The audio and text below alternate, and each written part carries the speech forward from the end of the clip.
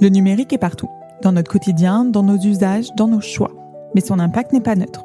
Bienvenue dans le numérique responsable expliqué. Je suis Fanny Colaviti, en charge du numérique responsable chez Digital 113 et chaque mois, avec un expert, on explore comment faire du numérique autrement. Le numérique façonne nos vies, à nous de choisir comment. Bonjour à tous, bonjour Nicolas et bienvenue sur ce nouvel épisode de notre podcast Le numérique responsable expliqué. Ce mois-ci, j'ai le plaisir d'accueillir Nicolas Bertrand, dirigeant et cofondateur de e-Océan, pour parler du cycle de vie d'équipements numériques. Alors avant de décortiquer ce sujet et pour commencer cet épisode, est-ce que Nicolas, tu peux rapidement te présenter et nous en dire un peu plus sur ce qu'est e-Océan ? Bonjour Fanny, merci de m'accueillir à la Maison du Numérique. Je suis Nicolas Bertrand, cofondateur de l'entreprise e-Océan. e-Océan a deux activités. Une première activité d'entreprise de services du numérique, une ESN. Nous développons pour le compte de nos clients des logiciels de gestion. Donc c'est des logiciels qu'on va appeler des logiciels spécifiques qui servent à équiper un client pour le compte de ses propres besoins. C'est notre première activité. Deuxième activité, nous éditons un ERP, un logiciel de gestion, ERP dédié à l'activité de service. Donc c'est un ERP qui permet à des sociétés de services de pouvoir gérer leur activité. Nous sommes basés à Montpellier depuis 25 ans maintenant, très proche de la Maison du Numérique dans le secteur du millénaire. Eh bien, merci Nicolas pour cette présentation. Alors maintenant, place à notre sujet, le cycle de vie d'un équipement numérique. Est-ce que dans un premier temps, tu peux déjà nous le définir ? Enfin, qu'est-ce qu'on entend par ce terme et quelles sont les différentes étapes qui le composent ?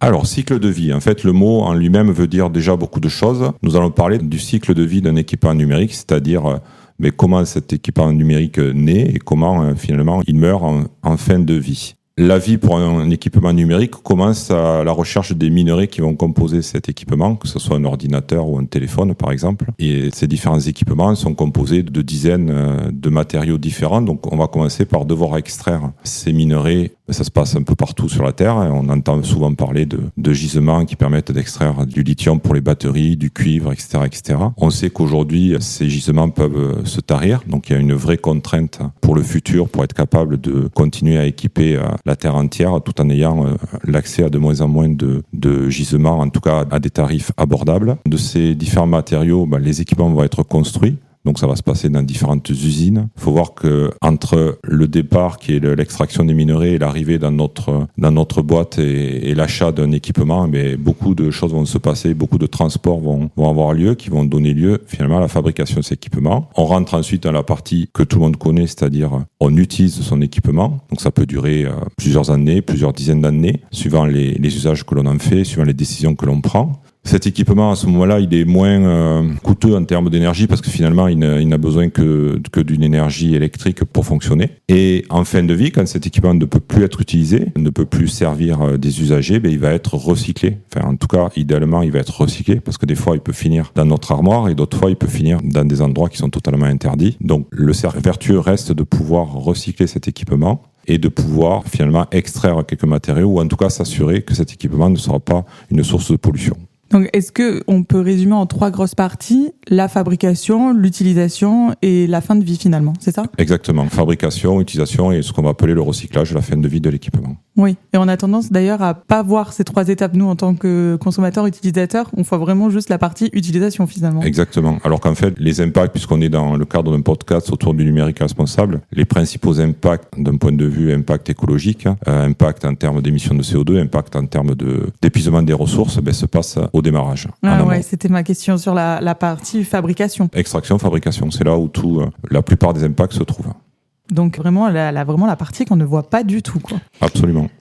Ok, donc bon, maintenant on a parlé de ces étapes. On dit que l'étape de construction, fabrication, c'est celle qui a le plus d'impact. Et alors, qu'est-ce qui limite réellement la durée de vie de nos équipements ? Est-ce que ce sont des contraintes techniques ? Est-ce que ce sont des choix industriels ? Est-ce que c'est notre propre usage finalement de ce matériel ? Il y a beaucoup de choses qui pourraient être source de limitation des usages, mais je pense qu'aujourd'hui, la principale limite, c'est la limite que chacun se donne dans le sens où finalement on pense que s'équiper d'un nouveau device, d'un nouvel ordinateur, d'un nouveau téléphone va changer sa vie, va changer ses usages, alors qu'en fait, bien souvent, il n'en est rien et ce n'est qu'une forme de consommation et donc, du coup, de surconsommation. On se crée le besoin qui n'est pas véritablement là, quoi. On se crée des besoins qui ne sont pas toujours là, effectivement, parce que entre certaines versions de device, pour aller chercher vraiment les vraies différences qui t'apportent un vrai plus, faut beaucoup creuser par moment, et je pense qu'on ne trouve pas grand-chose en plus. Mais oui, je pense que c'est dans la tête en fait, c'est se dire que finalement on peut continuer à utiliser un device ancien qui répondra à tous les usages dont on a besoin, en faisant attention à certaines choses dont on va peut-être parler un peu plus tard, mais globalement, on a l'impression que le fait d'acheter quelque chose de neuf va contribuer à une sorte de bonheur éphémère, et pour finalement 1 ou 2 jours ou 3 ou une semaine, j'en sais rien, de plaisir d'avoir son nouvel équipement. L'excitation devant la nouveauté. Exactement.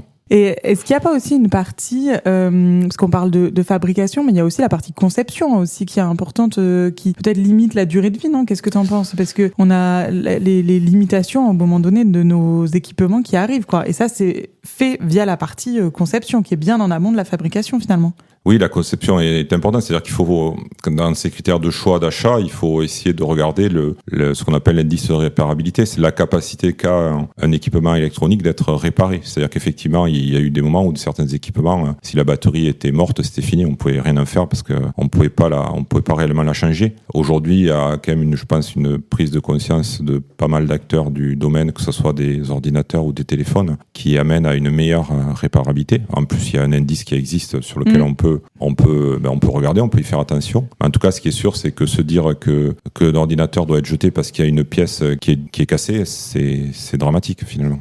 Ah oui, toujours aller vers la réparation d'abord, hein, ça c'est ce qu'on dit. Et puis si on veut un nouvel équipement, du reconditionner.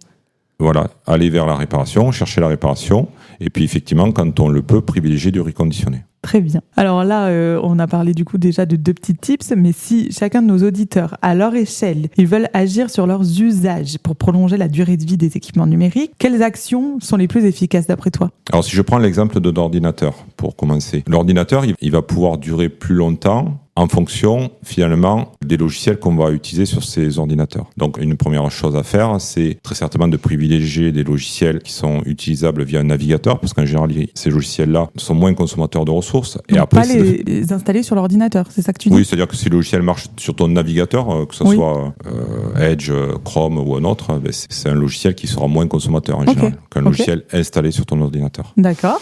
Voilà, donc ça peut être une première chose. Après, faire attention à installer des logiciels dont on a réellement besoin, ne pas multiplier les logiciels. En tout cas, si on les installe, il faut les désinstaller quand on ne les utilise plus. Faire attention un peu à bien gérer son ordinateur pour ne pas le rendre obèse, on va dire ça comme ça, d'un point de vue logiciel, et ne plus pouvoir tourner parce qu'il a trop de choses qui sont demandées par les différents logiciels. Ouais, donc vraiment, encore une fois, questionner les besoins. Finalement, c'est toujours ça. Hein. Faire attention à ses besoins et gérer en fonction. Moi, je vois que sur mon ordinateur, je ne vais pas installer des choses qui ne me servent pas dans le cadre de ma profession. Et je vais faire toujours attention aux choix que je fais pour limiter l'impact. Il peut aussi y avoir des logiciels qui tournent plus rapidement. C'est quand même plus sympa un logiciel qui s'ouvre en quelques secondes ou moins qu'un logiciel qui met 20 secondes. Oui, d'ailleurs, et je pense que tous nos auditeurs sont plutôt convaincus de ça. Donc, on parle là de ton ordinateur. Toi, tu en as un en ta possession que tu utilises au quotidien, du coup, pour ton travail. Depuis, si je dis pas de bêtises, 12 ans maintenant. Au quotidien, est-ce que tu es vraiment handicapé par un outil qui a 12 ans ou pas du tout ? Non, pas du tout, parce que je ne pourrais pas me permettre d'être handicapé par un outil qui est finalement mon principal moyen de travailler. Donc non, je ne suis pas du tout handicapé. Après, c'est un choix personnel qui est de dire que finalement, on peut utiliser des ordinateurs très très longtemps et essayer de l'expliquer, de montrer comment c'est possible. Donc ça passe par une forme d'hygiène de vie quelque part des logiciels que je vais installer, le fait de faire attention à ne pas stocker des choses qui n'ont pas lieu d'être, enfin, faire attention un peu aux usages que j'en fais, être prêt à faire les efforts s'il faut le réparer. Là, il y a 6 mois, il y avait une pièce qui était juste le simple connecteur pour l'alimentation qui était cassé. J'aurais écouté ce qu'on m'a dit, il aurait fallu changer l'ordinateur, mais j'ai quand même bataillé, ça a mis du temps. Il y a une première pièce qui nous a été envoyée, c'était pas la bonne. Ça a mis plusieurs mois avant de pouvoir le réparer. Aujourd'hui, il est réparé et non, il marche très bien. Après, j'ai fait le choix de logiciel économe en ressources. J'ai utilisé un logiciel dont je savais pertinemment qu'il n'était pas économe en ressources. À un moment donné, ce logiciel-là, je m'en suis débarrassé, j'en ai pris un autre. Ouais, donc tu fais les choix en fonction, parce que tu tiens finalement toujours à ton ordinateur. Je tiens à faire attention à mes impacts. Ça passe, et je suis sûr qu'au niveau de l'informatique, au niveau des ordinateurs et au niveau du téléphone, c'est pareil. C'est plus on est capable de faire durer son ordinateur ou son téléphone longtemps, meilleurs sont nos impacts et mieux se trouvera notre planète et notre devenir. Et ouais, parce que encore une fois, on le rappelle, la plus grosse partie, l'impact, c'est sur la partie, on a dit, en amont de l'utilisation, donc plutôt à la fabrication. Et donc évidemment, éviter de faire attention plutôt à son équipement. Ça permet d'éviter cet impact-là de fabrication, parce qu'un équipement, un ordinateur, je crois que c'est 800 kilos de ressources extraites de la terre. Donc on se rend pas compte, mais c'est énorme, quoi. Quand on a un ordinateur de 2 kilos devant nous, on se rend pas compte de tout ce qui a été extrait, quoi, pour y arriver. Exactement. Et sachant que se pose le souci de ces impacts, effectivement, qui se passent en amont, mais le souci que finalement, en aval, en fin de vie, on fait attention à ce que le device ne soit pas une source de pollution pour la nature, mais globalement, on arrive très très peu à réextraire les matériaux qui finalement, si on pouvait les réextraire, permettraient à moindre coût, mais surtout à moindre énergie, moindre impact. Si on pouvait, ça changerait quand même les choses, oui. Ça permettrait de recréer des nouveaux. Ça, on le fait très peu. On dit souvent, c'est comme une ratatouille, en fait. Si jamais on veut extraire la tomate en fin de ratatouille, c'est hyper difficile parce que finalement, les composants de nos équipements sont en telle faible quantité que c'est un vrai travail. Ils sont tous entremêlés. Donc, pensez à ça la prochaine fois que vous faites une ratatouille. Alors, on va arriver à la fin de ce podcast. Et comme à chaque fois, Nicolas, je te demande si tu as un dernier mot. Déjà, merci Fanny pour ce moment passé ensemble. Un dernier mot, mais j'ai envie de mettre en avant un MOOC qui a été développé par l'Institut du numérique responsable, l'INR. Il y a 2 MOOC en fait. Il y en a un qui se parcourt en 30 minutes, à peu près 30 minutes, 40 minutes. Donc j'invite les personnes qui nous écoutent à aller faire ce MOOC parce que finalement, en 30 minutes, il y a une très bonne sensibilisation de ce qu'est le numérique responsable et aussi de ce qu'on a parlé là, de prendre bien connaissance qu'un équipement, c'est pas quelque chose de magique qui tombe du ciel et qui n'a aucune pollution parce qu'on voit pas où est la pollution quand on l'utilise. Et en fait, c'est tout l'inverse. Et comme il y a beaucoup d'équipements, l'impact, il est réel. Très bonne idée pour ce mot de la fin. Il y en a un qui est un peu plus long, 4 heures, je crois. Oui, il y a 2 versions. Il y a une version courte qui est déjà sensibilise. Et puis, si on veut être certification que j'ai l'honneur d'avoir obtenue, d'ailleurs. Félicitations. Il est un peu plus long, ouais. Ok, bon, mais déjà, le premier, c'est une bonne base. Bon, écoute, merci beaucoup, Nicolas, de ta participation à notre podcast, pour ces explications utiles et nécessaires, je dirais. Et chers auditeurs, je vous retrouve le mois prochain pour un nouvel épisode de Le Numérique Responsable Expliqué. Et surtout, n'oubliez pas de vous abonner pour être tenu au courant des prochaines sorties. À bientôt. Vous venez d'écouter Le Numérique Responsable Expliqué, un podcast de Digital 113. Tous les épisodes sont à retrouver sur les plateformes de streaming audio et sur les sites digital113.fr et thegreenitday.fr.